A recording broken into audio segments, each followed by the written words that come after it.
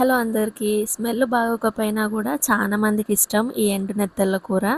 So, ఒక్కసారైతే ఈ చింత చిగురు వేసి చేస్తున్న ఎండు నెత్తళ్ళ కూర అయితే మిస్ చేయకుండా ఈ వీడియో మొత్తం చూసేయండి. సో, ఫస్ట్ అయితే నెత్తర్లు బాగా అంటే ఏం వేయకుండా కడాయిలో వేయించుకున్న తర్వాత ఇలా వాటర్ వేసేసి మంచి శుభ్రంగా వాష్ చేసేసుకొని పక్కన పెట్టుకోవాలి. ఇంకా పక్కన కడాయిలో అయితే ఆయిల్ వేసుకోండి. సో నాన్ వెజ్ ఏది వండినా కూడా ఆయిల్ కొద్దిగా ఎక్కువ వేసుకుంటాం కదా. ఆయిల్ వేసుకున్న తర్వాత అయితే కొద్దిగా వేడయిన తర్వాత జీలకర్ర ఆవాలు వేసేసుకోండి. అలానే సన్నగా తరిగి పెట్టుకున్న పచ్చిమిరపకాయలు, అలానే ఆనియన్ కూడా వేసేసుకోండి. కరివేపాకు కూడా వేసేసుకోండి. సో ఆనియన్ కొద్దిగా ఎక్కువ తీసుకుంటే టేస్ట్ బాగుంటుంది. రొయ్యలు కానీ నెత్తర్లు కానీ అంటే ఎండు చేపలు ఏ వండినా కూడా ఆనియన్ టమాటో కొద్దిగా ఎక్కువ తీసుకుంటారు. సో ఈ చింత చిగురు వేస్తున్నాం కాబట్టి ఇక్కడ మనకి టమాటో అయితే అవసరం లేదండి. సో మంచిగా వేయించుకోవాలి. పచ్చివాసన పోయేంత వరకు మంచిగా వేయించుకోవాలి.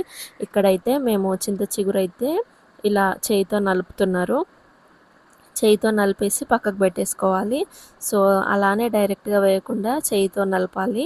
సో కొద్దిగా ఇలా ప్రెస్ చేసేస్తే ఇలా పౌడర్ లాగా అయిపోతుంది మంచిగా మెత్తగా.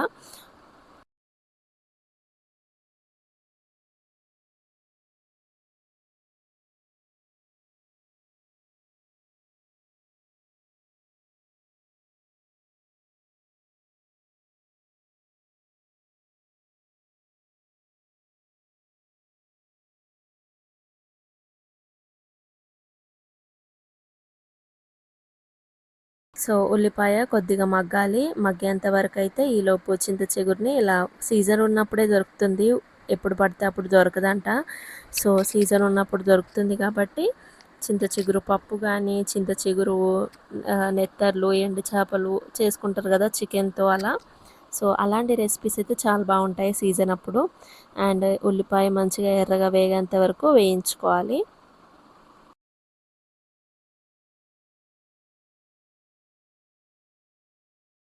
ఈలోపు మనము ఇంతకు ముందుకు వేయించి నీళ్ళల్లో వేసుకున్న నెత్తర్లనైతే శుభ్రంగా తలలు తీసేసి వాష్ చేసేసుకోవాలి ఇంకా.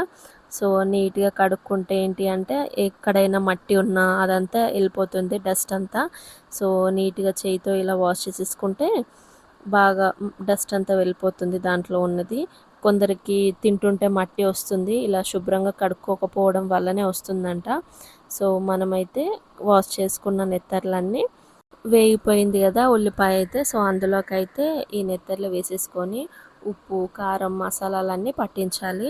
సో హెవీ మసాలాలు ఏం కాదు, నార్మల్గా ధనియా జీరా పౌడరు అలాంటివి వేసేసుకొని మంచిగా ఈ నెత్తర్లకైతే పట్టించేసుకుంటే బాగుంటుంది. సో ఫస్ట్ అయితే ఇవన్నీ వేసి కొద్దిగా అల్లం వెల్లుల్లి పేస్ట్ కూడా వేసుకోండి. సో మేము స్టార్టింగ్ ఎందుకు వేయలేదంటే ఈ నెత్తర్లు వేసిన తర్వాత నెత్తర్లోకి పట్టేంత వరకు మిక్స్ చేసుకోవాలి కాబట్టి మేము ఇప్పుడు అల్లం వెల్లుల్లి పేస్ట్ అయితే వేసి మిక్స్ చేస్తున్నాము.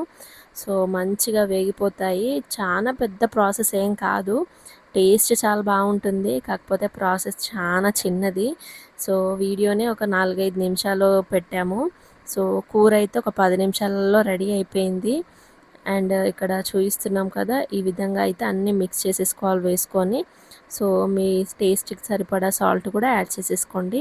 మనం ఆల్రెడీ క్రష్ చేసి పెట్టుకున్న చింత చిగురు వేసేసేయాలి. అసలు ఎంత టేస్టీగా ఉందంటే ఎండు రొయ్యలు అయితే ఆ రోజు మేము తిన్నప్పుడైతే ఆ స్మెల్లే రాలేదు అసలు.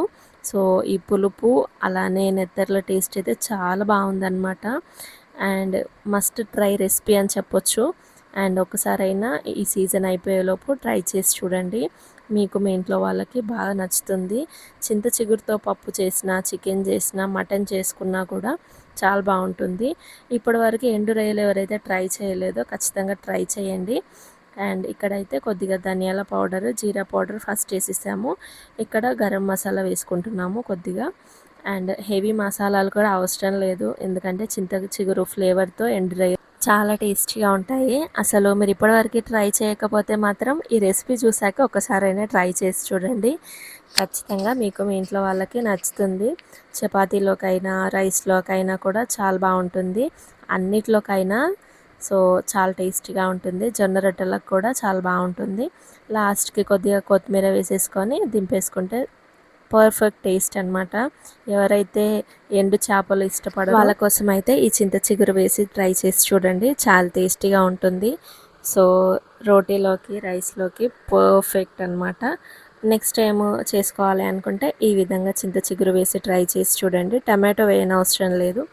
అండ్ ఈజీ రెసిపీ, తక్కువ ప్రాసెస్లో ఎక్కువ టేస్ట్ అనమాట.